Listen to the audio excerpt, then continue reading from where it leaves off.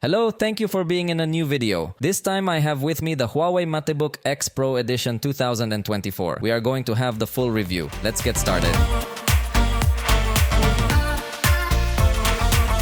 This computer is possibly the lightest computer today. I couldn't say for sure because I don't know all of today's computers, but I have to tell you that really that's what's going to get the most attention. It is not a computer that seeks to offer you the maximum extreme power, but if you consider how thin and light it is, in conjunction with the power it is capable of achieving, it can satisfy the needs of a very good group of users. Its launch price in Mexico has been 49,999 pesos. That is approximately $2,940. But it currently has a significant discount and it may possibly continue for several days. So your price is 39,999 pesos. That is approximately $2,350, although remember that the prices here are not the same as those there. In Mexico, sometimes the prices are a little strange and already include taxes. But for this price, in addition to taking this computer, you get the HUAWEI MatePad 11 as a gift. That is, a tablet that I think complements very well the experience with this computer because you could use it perfectly as an additional monitor, completely wireless. So, it can serve you a lot if you acquire the complete combo. But what do you say you join me to know point by point what this computer can offer us to see if it is what you are looking for or not?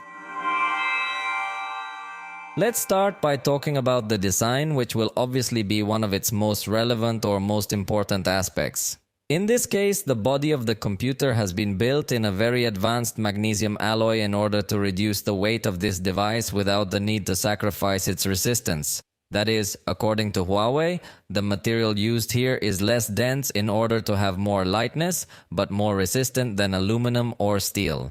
In addition, its finish is very sophisticated, which also avoids scratches or scratches that it could get, so it is a computer that you can perfectly carry in your backpack without any special protection and it will resist very well.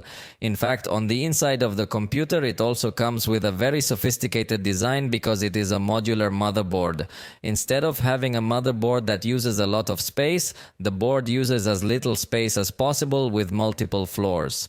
This architecture, HUAWEI has decided to call it Cloud Falcon, and in those internal components it uses ultra-lightweight aluminum, so thanks to all this, the computer has a weight of 980 grams. Believe me, it's easy to hold, even with these two fingers, unlike other computers that might be much heavier, but this one stands out a lot because of this lightness. In addition, its thickness at the thickest part is 13.5 millimeters. And believe me, when you put this computer in your backpack, it's hard to even feel like you're carrying the computer. Usually when you carry a computer in your backpack, the weight increases a lot. But in this case, you can see that it is a computer that seeks to adjust that weight to the minimum possible. This is the only color available in Mexico called deep blue. Maybe that's a disadvantage if you don't like the color blue, but personally I think it's a nice computer. Note that it also has the easy one-handed opening mechanism, so you don't need to hold the base of the computer, but it opens perfectly. Although the hinge does not have a 180-degree opening, and even though it doesn't appear to have vents, in this hidden part behind the hinge, you'll find the air circulation vents in conjunction with other side vents that are very well concealed. So it has a very discreet design, but it does have fans called shark fin by HUAWEI.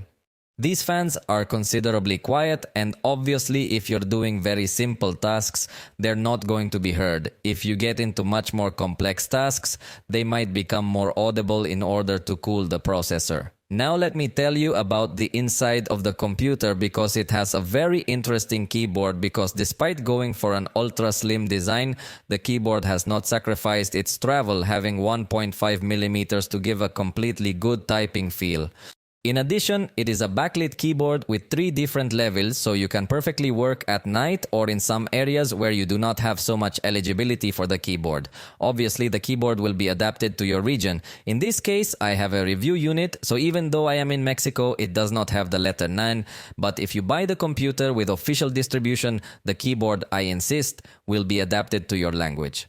In the case of Mexico, it would arrive with the letter Neon perfectly placed.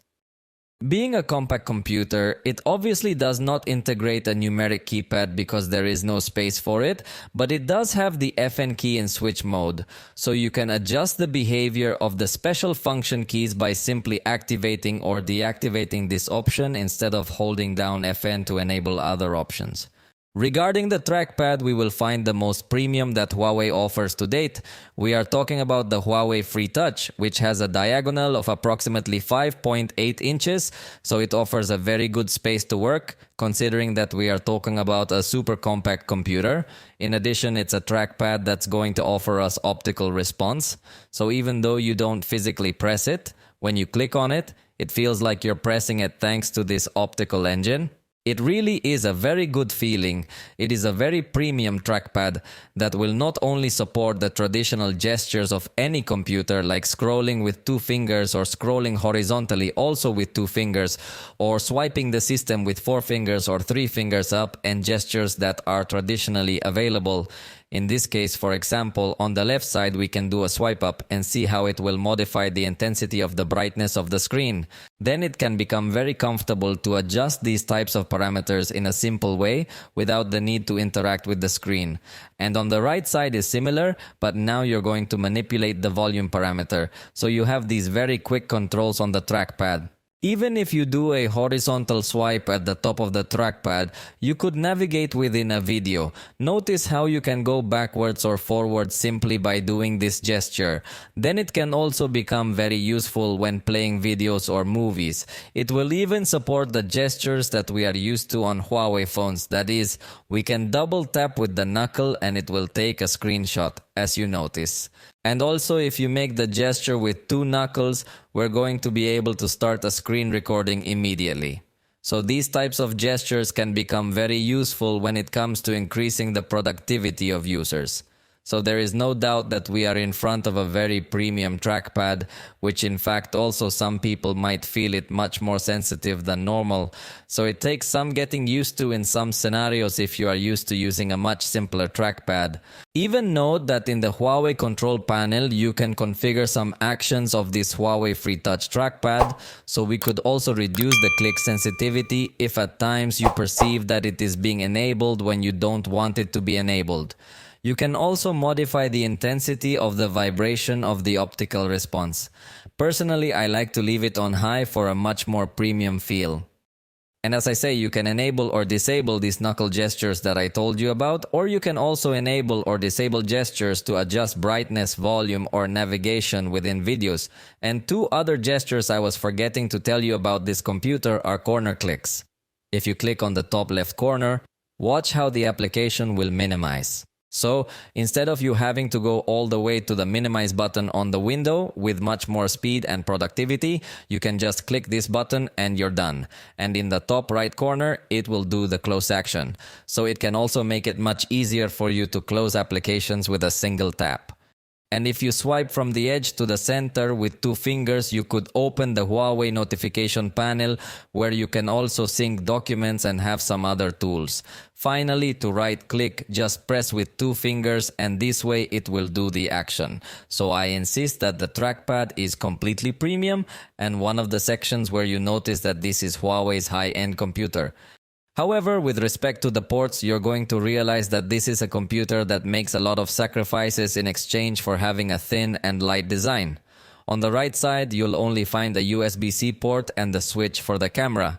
So you could completely disable the camera, disconnecting it from the system so you don't have to put a sticker on the camera if you're the suspicious type. So it's pretty straightforward.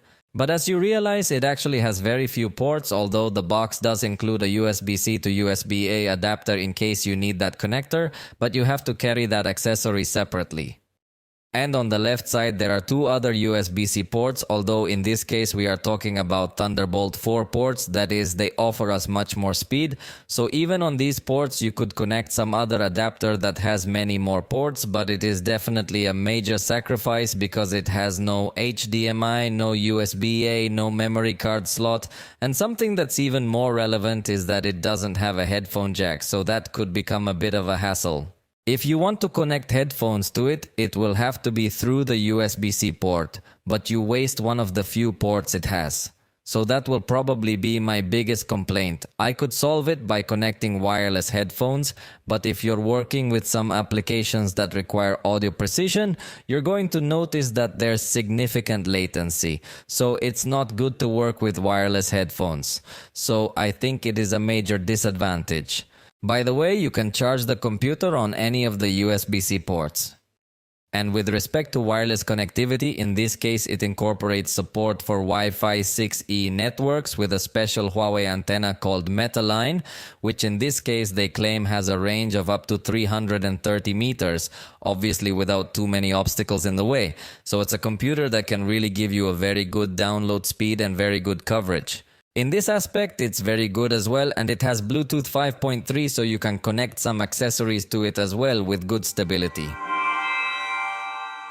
The screen of this computer will also be of excellent quality. Its size is 14.2 inches. So even though we're not talking about a very large screen, it does feel like a large screen because of the overall size of the device. And this is thanks to the fact that it incorporates two thin bezels around it. It even integrates screen with rounded corners, which is something uncommon in the computer market, but in the high end is something that is definitely noticeable.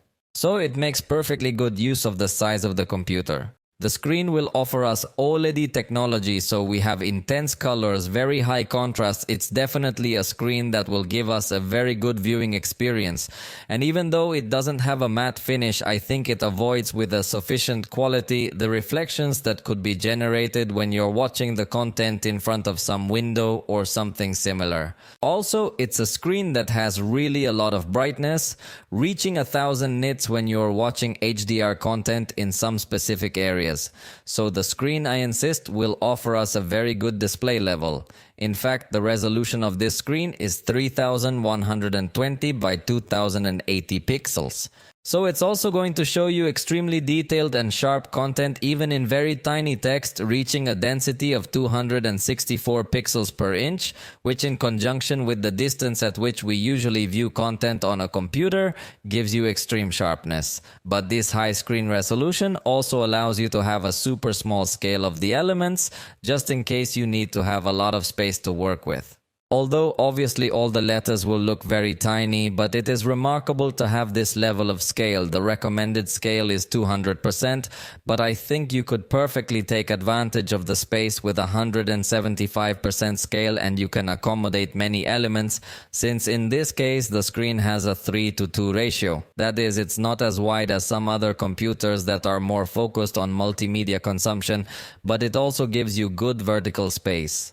So, for example, we could fit two applications in this part and still have enough space to continue working very well. So the screen helps a lot to work with a good quality. And to top it off, it's 120 Hz. So all movements are going to look ultra fluid, unlike other computers with simpler screens. Finally, in software options within the Huawei control panel, we will find its own implementation of visual rest, where you have a small filter that prevents blue light, and this is in addition to the visual rest options that Windows can offer. Let's move on to the sound. An important advantage is that it has front speakers. Despite being such a compact computer, still find a space to place the speakers in this area. Therefore, the sound will travel directly to you and the quality will be far superior. In fact, there are 6 speakers in total. 3 are in this part, and on the other side will be the remaining 3 speakers. The sound honestly is very good quality, with good power for the bass frequencies, especially considering how thin and light it is. So the sound is excellent, and what I liked the most was the placement. But let's listen to a little test, although remember it's not the same listening to it live.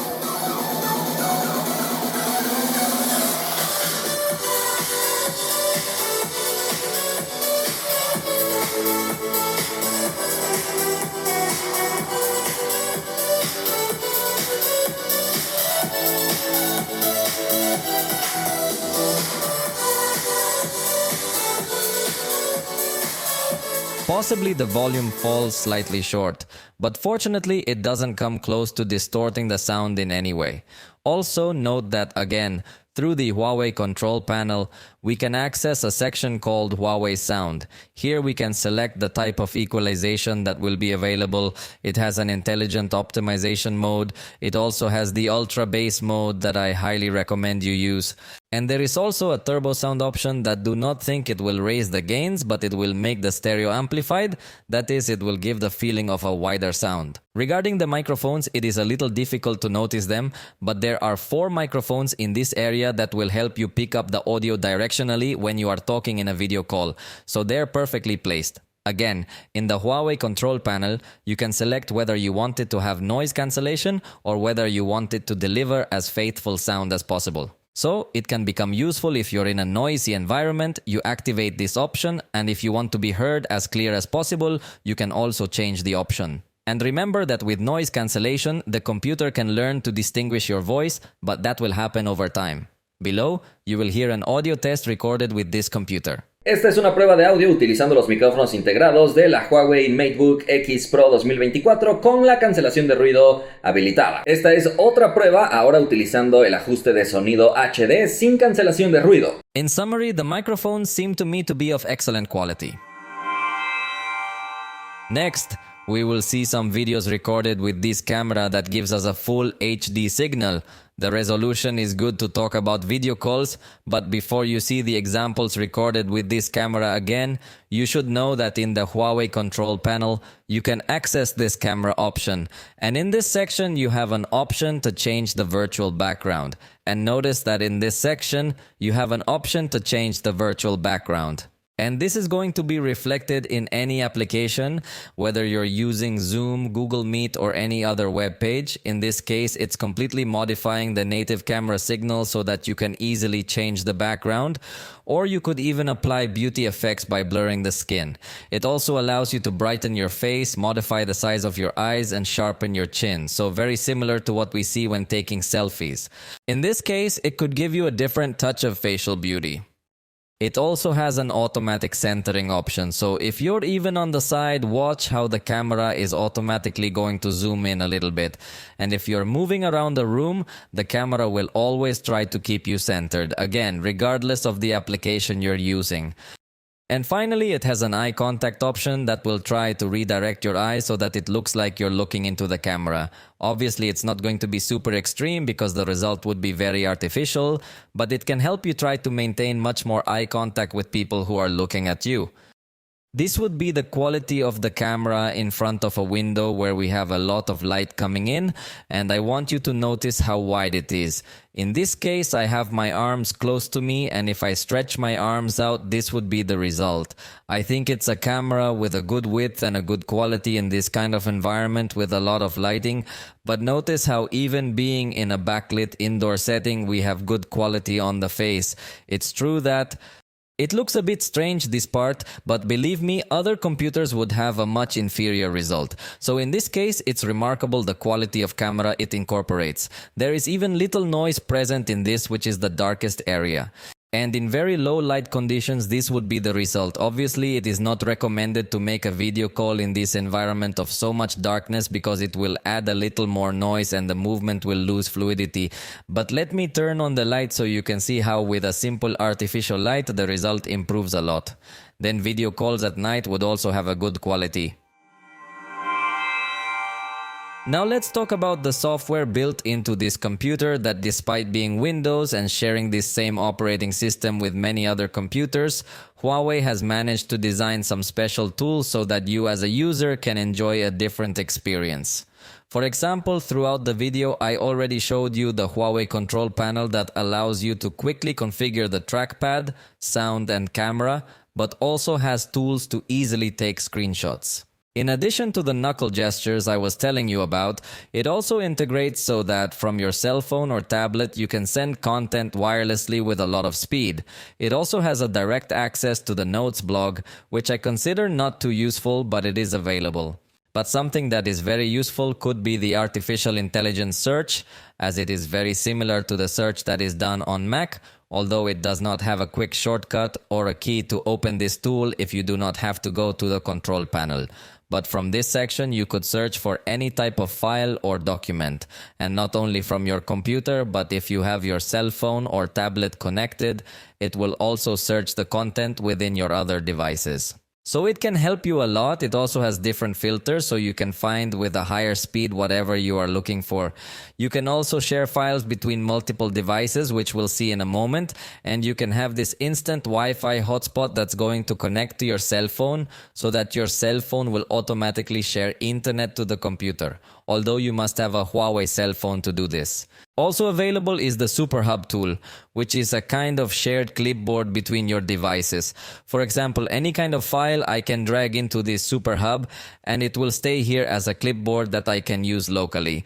Or if I want, I can press this little button to transfer it to other devices. So it's an easy way to copy and paste content as well. Finally, notice that the professional color option is enabled on the screen. Since I insist, it's a super good screen, and in this case you enable a special calibration. And finally, the visual rest mode that I had already told you about. In the super device section, other Huawei devices that you have near this computer can appear to connect to each other. If your cell phone is Huawei, you will obviously have the best experience because you can simply bring this device closer to the trackpad. Although it seems to have a major shortcoming, and that is that in this generation does not seem to have the ability to simply bring your phone to the trackpad or keyboard area to initiate the linking. Although if you have the same account on both devices, it is still quite simple because in the super device section, your cell phone will appear. So it's not a complicated process.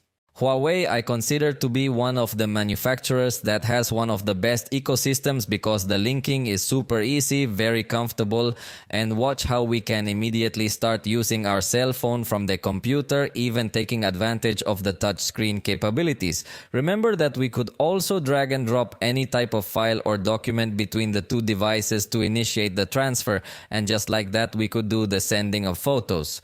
In fact, we can also open several applications from the cell phone on the computer by pressing this button and watch as it opens as a new window, and despite being the cell phone, we can move it like any other window in Windows to drag and drop content and continue interacting. So, it is quite simple, and something that I also love is that from the computer you can write directly on the cell phone, and even any content you copy from the computer, you can also paste it directly on the cell phone, and everything works super well.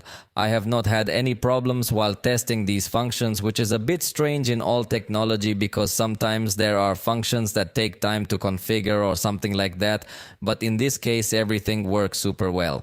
Remember that you could also connect your tablet to use it as an external monitor and advanced thing, so the Huawei ecosystem is really very good. And in this PC Manager app, it will also offer us some other tools in addition to allowing us to connect to our devices or enable Huawei Share for sending files. For example, it also gives you a little bit of tips for you to learn how to take advantage of the features that this computer has. It also brings an option to evaluate very quickly the performance of your device and be sure that everything is working in optimal condition. There is also a quick service section where you can find some help in case your computer needs any repairs or you want to access warranty or additional benefits. And finally, in the optimization section, it also allows you to verify that you have all the drivers in the latest version and also allows you to access the performance modes. Interestingly, in this generation, you don't need to have the computer plugged into the power to have the maximum performance profile. You could also switch to balanced mode, and if you don't want to have to enter this application, you can simply press FN, and this way you can toggle between balanced mode or maximum performance mode, which I insist previously was only allowed to be used when you had the computer plugged into the power. But this Huawei PC Manager application also hides other tools in this menu, which is a bit hidden, but there it allows you to configure more things. For example, collaboration between multiple devices will also help you in ecosystem tasks. Files between multiple devices note, which will allow you to browse your cell phone inside Windows File Explorer as if it were a USB memory stick or any other external device, but all this wirelessly. Then you can browse all the files in a completely intuitive and easy way. You can also enable or disable the artificial intelligence search and all this kind of collaborations. You can even configure the behavior of the Super Hub and other tools. Notice that it also has Super Turbo mode that will make apps that are running in the foreground have maximum power and apps that are in the background have a little less power. Something I have not seen so far from other Windows manufacturers. Most Windows laptops will give equal priority to all applications that are running some special process unless the RAM memory is saturated. In this case, we also have some other options to configure how often we want the keyboard light to turn off or customize the behavior of the FN key. You can also configure if you want this application to run at system startup. And something that I really like is that you could also have this option so that immediately when you open the lid of the computer, it starts its ignition without the need to press the power button. So at the software level, they offer good tools. They even offer Huawei Cloud, which remember is Huawei's cloud, where they offer you 5 GB for free. Although it has its own application and it's not integrated within the file explorer as if we could see with OneDrive, for example. So I think that's something they could still improve on to be better integrated with the system. But you could have synchronization of everything that is backed up on your cell phone with the Huawei Cloud and this computer, which could be attractive. In fact, from this application, you could also find your devices with your Huawei account. With respect to security, there is excellent news because not only does it have a fingerprint reader, which is something that we generally see on all Huawei computers, but it also has facial recognition compatible with Windows Hello, so it's advanced recognition. But first, let's try the fingerprint reader, because if you didn't know, in this case, immediately when you turn on the computer, it does the recognition of your fingerprint to have a much faster startup. So watch, I'm going to turn on the computer with the finger that I have registered, and immediately when I turn it on, it's going to log into my account without asking me for another verification. So it can actually give you a good level of convenience at the user level. Notice it immediately logged in, and by the way, you saw how fast it comes on. I'm going to turn it off again to try to turn it on with another fingerprint that I don't have registered so you can see how it would behave in this environment. So, the experience it gives you I think is both good security and good comfort. Notice that now when I turn it on, it's going to ask me again for some key because it didn't recognize this finger, which is obviously a good thing, so I just put my finger in and that's it. But notice that it also has this facial recognition through the cameras with infrared projection and many more advanced things. So it can perfectly register my face in a secure way. So it's also going to offer you this mechanism that can give you more convenience when unlocking your computer. So again, I'm going to turn this computer off and I'm going to turn it on with an unregistered fingerprint so you can see how fast it can unlock using facial recognition. Right now the computer is already turning on and we're just going to wait for it to finish booting up so that it immediately starts the recognition, and that's it. So you have these two tools. Facial recognition is something that Huawei does not usually include in their computers and is another element that can distinguish this computer as the high-end. Regarding the battery of this computer, I have a bit of a bittersweet feeling. The capacity is 70 watt-hours, and if you only know the capacity, it is very surprising to have such a large battery in such a light and thin computer. That's a very positive thing, and as I was telling you from the beginning of the video, that's thanks to the fact that the motherboard structure is extremely small, to leave plenty of room for the battery and the fans. However, the processor is not that efficient. It's a processor that while it can give you a lot of power, it can also consume a lot of battery life. So, for my test, I installed this application called Quick CPU Stress Tester. It detects 22 cores, and running this computer at maximum power gives us 1 hour and 18 minutes. But I insist, this is a super extreme use that very few times you are going to translate in real life. But compared to other computers I have tested, it is a little below what I would have expected seeing a 70 watt-hour battery. On the other hand, another of my tests was watching YouTube videos, in this case, setting the quality to Full HD with 50% brightness and 50% volume, and with this test it went on to reach 5 hours with 24 minutes, which is not bad at all, but again it doesn't seem to translate the 70 watt-hours into this duration. So I think the battery may come up a bit short and possibly one of the issues to improve the next generation. Also, the charger included in the box is 65 watts with USB-C. I like that it is very compact and very convenient to carry, as there are other computers that despite having a thin and light design, the charger ends up being very cumbersome. In this case, it is a very convenient charger, although despite giving us fast charging, it is not such a spectacular fast charge. In 15 minutes, in my test, it recovered 22% and the full charge finished in just over an hour and a half, which while not a slow charge, definitely falls short of meeting the demand for super fast charging that we'd like to see, especially considering the very fast charging that Huawei has developed in its smartphones. However, it's likely that due to the battery technology employed in this computer to make it super thin and light, it won't support such extreme charging. Although in the Huawei PC Manager settings, note that there is an option called turbocharging, but this turbocharging cannot be used with the 65-watt charger. This option will only be available when you have a 140-watt charger, which for now is only available in China, but is expected to arrive in Mexico and Latin America in the third quarter of this year. So while the charger included in the box doesn't give you such an exaggeratedly fast charge, at least later on it looks like you will be able to buy a separate charger to get the fastest charge possible.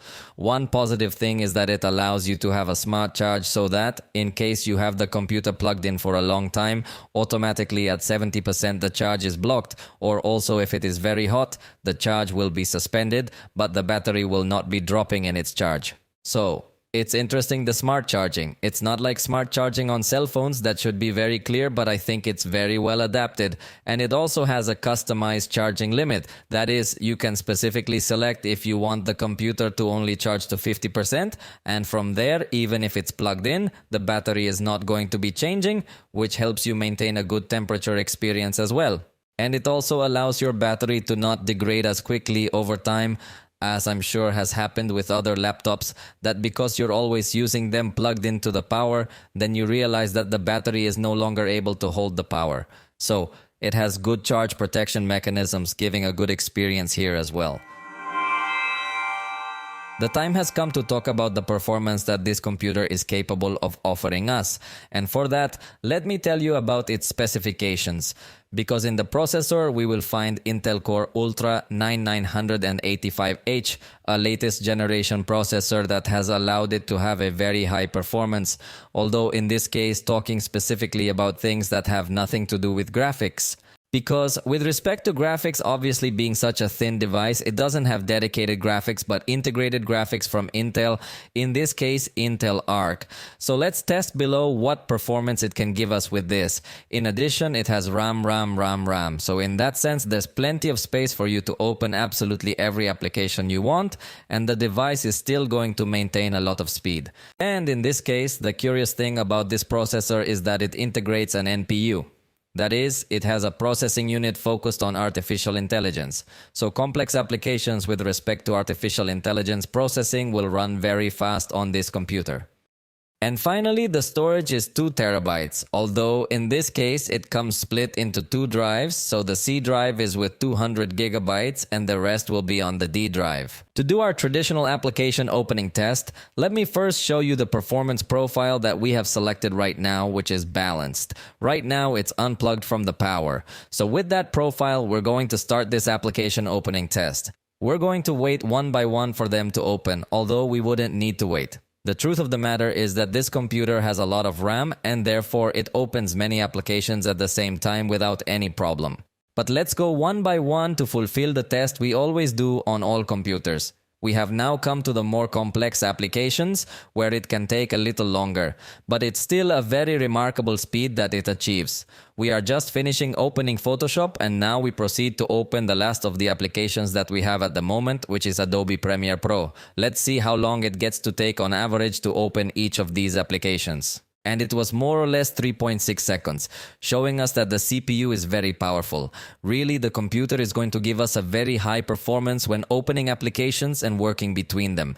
At one point, we tested how it would do rendering a video, where it probably encounters more difficulties. But if you're not working with video editing or rendering animations and the like, the computer is really going to give you very high performance. Look at all the applications we have open right now. Let me open many more things within each application.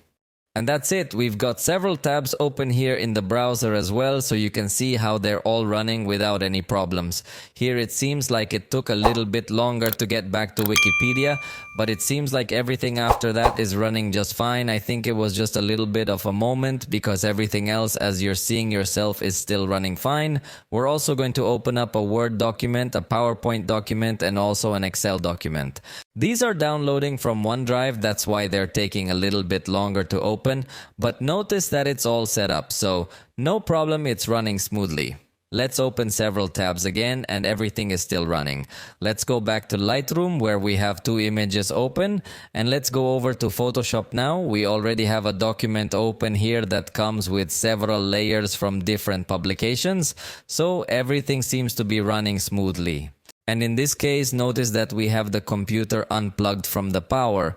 It looks like it started to get a little bit harder here. At this point, when you have to move an image, it definitely feels a little bit slower. Little by little, it seems like it was gaining a little bit more speed, but it may also be due to the super hub that started running at the time of shaking this image. So that's where we started to see some difficulties. Let me see how the RAM is doing.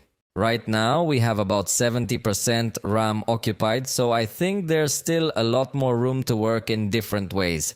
But Photoshop at least is starting to struggle because I insist that graphic issues seem to be the weakest point of this computer. Let me open another file here in Photoshop, which is an image, so let's open it separately. And now let's choose Photoshop's Select Object option. Let's see how long it takes. It's doing an intelligent analysis of the whole photograph, and as you can see, it's taking a few moments, but it's finally finished selecting the people. Let's now also try another one of these smart tools that Photoshop currently has, which is object selection. Again, it's taking a little bit of time, but it's finally finished and it allows us to select each of the people. So I think it handles itself well with considerably high speed, although I don't consider that to be its specialty.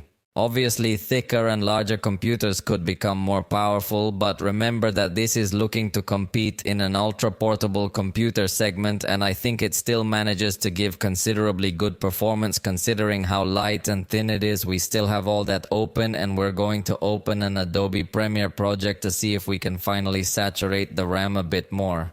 It's a simple project, nothing more, with 4 videos and a total duration of 1 minute, but it seems to be running well.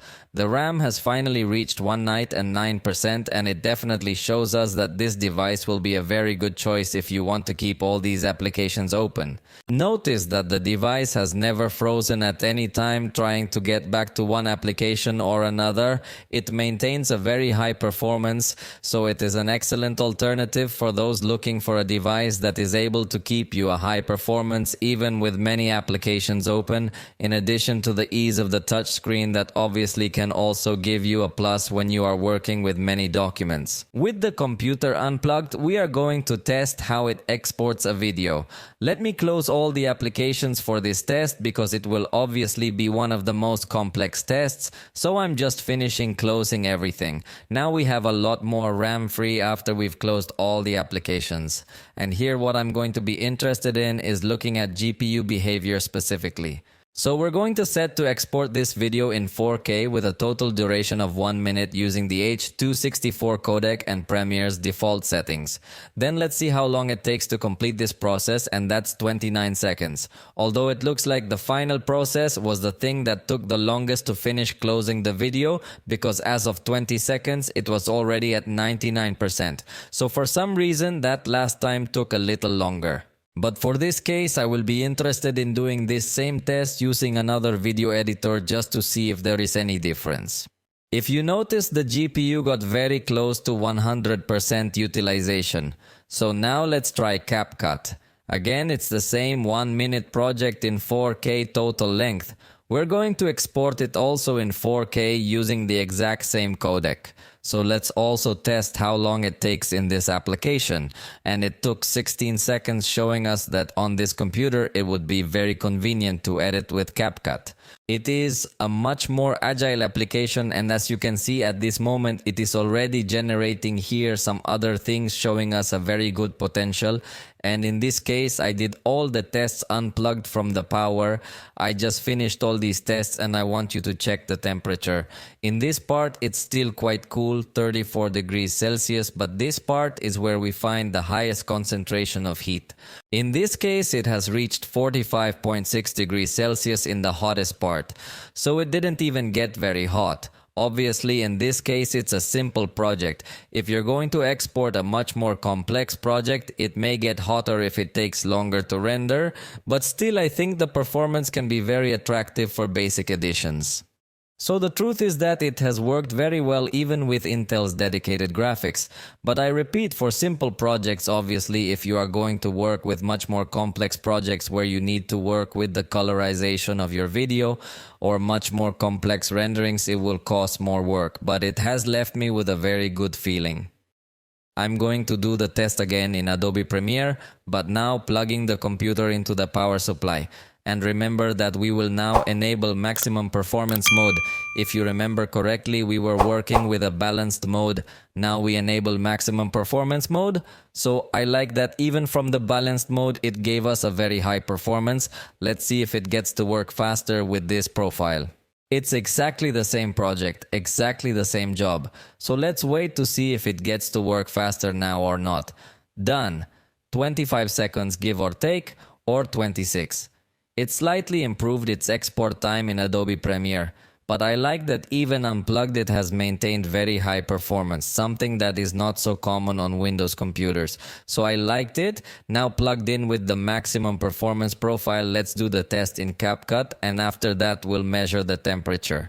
So it's exactly the same job and exactly the same project. Let's get started and test. I think it's going really fast in this case when it's plugged in from CapCut, but we're going to measure the temperature as well. Done. In 8 seconds it's done. It's lightning fast in CapCut when it's plugged into the computer's power supply.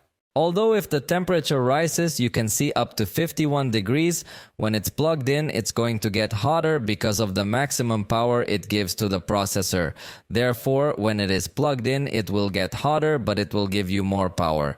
Although I insist this bottom part, for example, notice that it's still quite cool, then the keyboard area can get to feel a little bit warmer, and the top area is definitely the one that's going to report the maximum heating. But working in CapCut with this machine is going to give you a really quite remarkable power considering it's a 4K video. And if you're into benchmarks, in the case of Cinebench, unplugged with a balanced profile, it gave us 12,988 on multi-core and 1,376 on single core. Whereas plugged in it went up to 13,465 on multi-core and went up to 1,806 on single core. So definitely when it's plugged in, it goes up in performance, although it also goes up in heating. So I like that unplugged it maintains high performance without as much heating. In fact, I like the unplugged performance better. Regarding the games, I did several tests. First, I tested Disney Speedstorm, and in this case, it gives us an automatic quality setting. So using that setting, I did the tests. The funny thing is that if you record the screen using the Huawei tool, you will notice that it has a slightly lower resolution, and even the gameplay looks quite cut off. So I wouldn't recommend recording your screen with the native Huawei tool. Note that the result goes at a low bit rate, so you see very little level of detail when you use that tool. So the best thing to do would be to record using Windows' own tools and its Xbox bar, and note that the performance has been very good. In fact, the feeling I've gotten again is that unplugged from the power, it's going to give us a better experience, oddly enough, because of the heating. So in this case, unplugged it got to give me an average of about 94 frames per second. It wasn't completely free of some slight loss of frames per second, some slight freezing moments, but it could go up to 109 frames per second, and according to the Windows tool, it went down to about 90 frames per second. Although personally, I get the feeling that it went down to less frames per second for very punctual moments. But the temperature again, in this part, went up to 51.7 degrees Celsius unplugged, but when we plugged it in, the temperature went up to 53.7 degrees. And curiously, the frames per second on average went down to 80 frames per second. So it is very curious that when plugged in, the performance, graphically speaking, became lower and the temperature became higher. Although you should know that later, even though it has heated up significantly when we closed the game and let it cool down in about 2 minutes, it dropped 10 degrees Celsius, so it seems that the Huawei shark fin fans do a very good job cooling this computer. I also installed Gears of War 4 and noticed that in terms of graphics settings, some options are set to a low quality. We set the frame rate without limit, but notice how although there are some things in low, other things are in ultra and high. Then it is remarkable that by default offers us this level graphic, although honestly does not look very impressive. The game in terms of detail, although it does have some blur effects and other things when you go turning, actually looks a low resolution image. Then it will not give us a super high gaming experience if it has some reflections and other things when you go turning. In reality is a low resolution image, then it is not going to give us a gaming experience super high if you have some reflections in the water. And as I say, advanced effects, but the resolution is the one that looks very low by default. Also, although we could not have a very specific measurement of the frames per second, was around 30 yourself, you realize it does not seem to have a very high refresh rate in this game. Then you could get to have a performance, say, very variable depending on each content that you will run. So in this case, the image looks with low detail and a low frame rate per second. It also provides and soccer, and in this case note that speaking specifically of the graphics quality, it is also going to offer us by default the high quality, although it is not recommended to test it with this quality. And in this case, I want you to see for yourself the performance that it is having. Really is a very bad experience of gameplay. It gives us an average of 16 frames per second. Then it is not going to be a very good experience for those who like video games. In this case, obviously, we are talking about a much more complex video game that simply shows us how this device has a fairly simple processor in terms of complex graphics work then. It is not going to give you a desired experience in this sense. In fact, it is also going to produce quite a lot of heat when it is doing this kind of heavy work. In this case, the computer is plugged into the power. And as I say, when it is plugged in, it can get hotter than we would like. And that at the same time reduces the performance, that paradoxically, because as I tell you, usually the computers, at least Windows, come to have a higher performance when they are plugged in.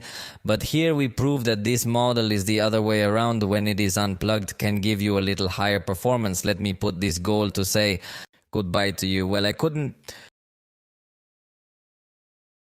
Obviously, in these replays, it is also going to be noticeable even much slower when it is trying to load more complex effects. So it shows us once again that it is a simple computer in terms of graphics, plus in my tests it got to warm up to the degree Celsius, and in this case it is up to the degree Celsius because when I tested it, it was in a much warmer environment than when it was plugged in. When I tested it in a cooler environment here, I am in a much warmer environment, so it is up to 54.7, 55 degrees Celsius beyond 55. Obviously, it is also going to depend a lot on what environment you use it in, so it is not recommended to be playing in hot environments.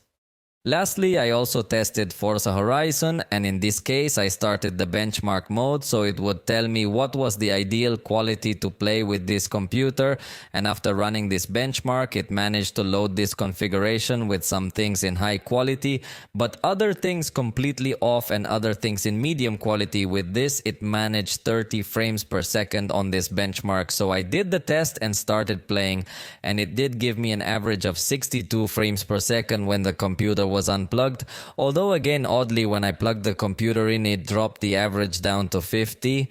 2 frames per second, but they did stay high enough and with good stability, although again the heating went above 50 degrees Celsius. I was playing in an air-conditioned area at 25 degrees Celsius, and in those scenarios the computer heated up to 54.5 degrees Celsius when plugged in, and unplugged up to 52.7 degrees Celsius. So I think that even though it can run this type of content with contained qualities, it is not that recommended due to the limited space, is not so recommended due to the little space it has for cooling. Then I see it more for work and obviously not as much as to play. So for the moment, this has been all regarding this computer. Let me know in the comments your opinion. For now, we have reached the end of this video. If you liked, you can indicate it, and we'll see you next time.